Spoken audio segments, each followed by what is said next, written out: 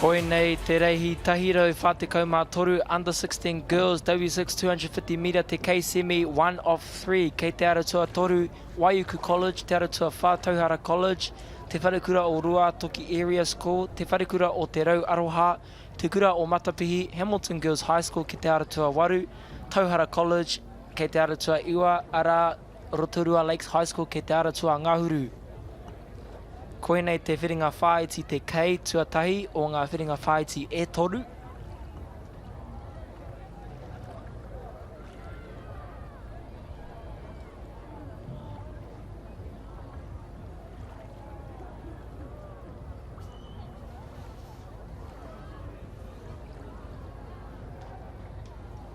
Ka tū mai ko te haki mā. E tō tika ana ngā waka katoa. Red flag. Paddles up.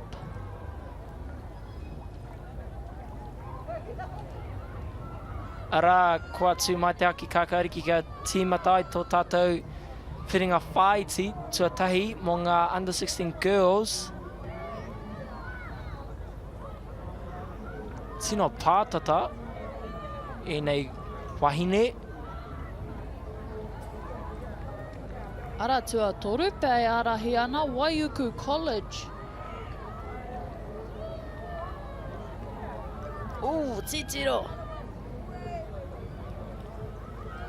All the way up the front. Te te ana ngā niho.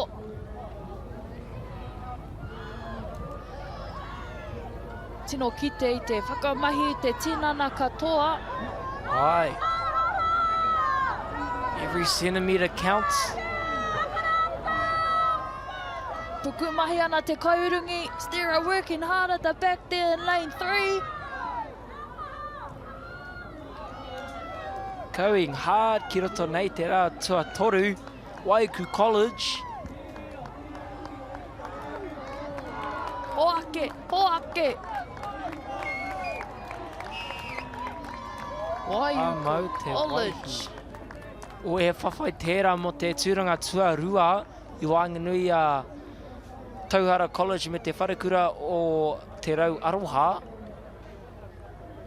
Engari ki tōku nei mōhio nā te aratua ono te tūranga tua rua i tango i riro o Meki. Waiuku Waiti, ngā kai whakaihuaka o tēnei whiringa whaiti te kei. Tuatahi o ngā mea e toru.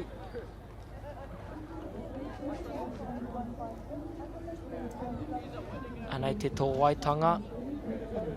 I waho rā, te ara tua whetū tērā, te kura o Matapihi ki oki nei mōhio.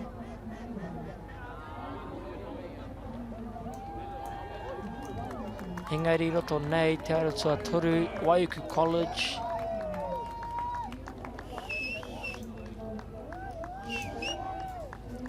Tata. Rātau ka whai wāhi te whiringa toa hei te ahiahi nei i te wahanga te kei. Anei ngā whakaputanga āwā. Waiuku Waiti, 1 minute 17. Te wharekura o te Rau Aroha. Mā tāmuri, 1 minute 23 me Tauhara Kaiwaka, 1 minute 23 i rā ono whitu.